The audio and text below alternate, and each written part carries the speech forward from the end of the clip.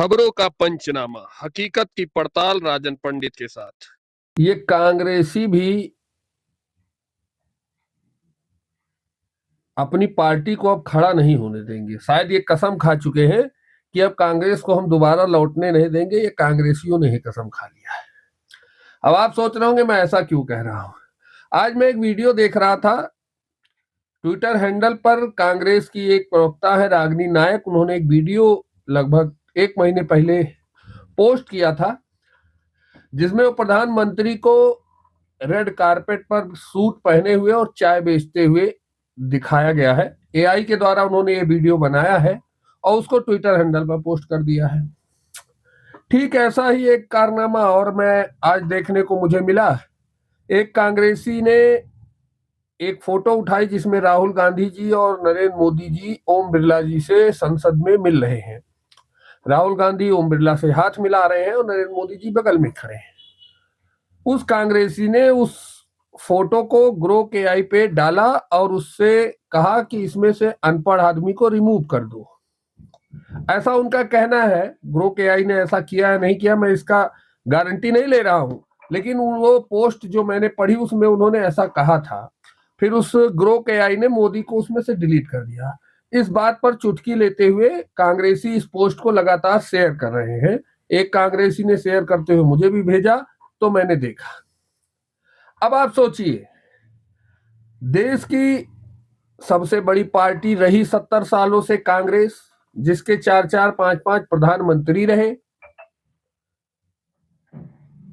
वह चाहती है सत्ता में वापस आना, लेकिन कारनामे कैसी कर रही है। इस देश के वर्तमान प्रधानमंत्री के साथ, अपने देश के प्रधानमंत्री के साथ ऐसा मजाक करना, ऐसे वीडियोस पोस्ट करना जिसे पूरी दुनिया देखती है, तो कांग्रेस की छवि जनता की नजर में क्या बनेगी? क्या जनता कभी कांग्रेस की तरफ मुड़ेगी? अरे मूर्खों, किसी ने शायद सही ही कहा था कि कांग्रेस को शायद अब सीखो ऐप की जरूरत है, क्योंकि अब कांग्रेस को कोई जिता सकता है तो सीखो ऐप ही जिता सकता है। कांग्रेसियों को सीखो ऐप इंस्टॉल कर लेना चाहिए, उससे सीखना चाहिए कि आखिर राजनीति कैसे करनी चाहिए। तुम देश के मुद्दों को लेकर बात नहीं करते हो, किसी भी समस्या जो देश में समस्याएं हैं उस पर सवाल नहीं उठाते हो। तुम्हारे केवल 3 फंडे हैं, सुबह उठ जाओ, शाम तक मोदी को गरियाओ, मजाक उड़ाओ, उनका वीडियो पोस्ट करो। कहीं हिंदुओं को लेकर कोई बात हो रही है तो उसका विरोध कर दो। हिंदुओं के हर मुद्दे पर हमेशा विरोध में खड़े रहो। देश की सुरक्षा को लेकर कोई बात हो तो उस पर सन्नाटा मान लो। तो तुम्हारा भला कोई नहीं कर सकता है। कांग्रेसियों को ये बात समझ में पता नहीं क्यों नहीं आती है। इतने चुनाव हारने के बावजूद लगातार चुनाव दर राहुल गांधी हर बार सिंघम बन के जाते हैं और उसके बाद गीदड़ बन के लौट आते हैं हर चुनाव के बाद।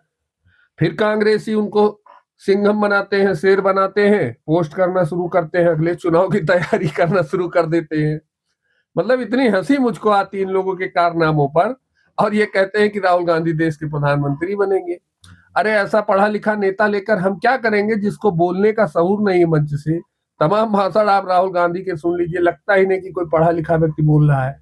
राहुल गांधी जी से कहीं ज्यादा ठीक तो हमारे उत्तर प्रदेश के अखिलेश यादव जी नजर आते हैं। बोलने में कम से कम लगता है कि यहाँ पढ़े लिखे व्यक्ति बोल रहे हैं। तो मेरी एक सलाह है कांग्रेसियों को, सीखो ऐप पे तो आपको ये जानकारियां शायद नहीं मिलेंगी, लेकिन एक जेन्युइन सलाह मैं दे रहा हूं कि अगर आपको वास्तव में सत्ता में वापस आना है तो अपने कारनामों को बंद कर दीजिए।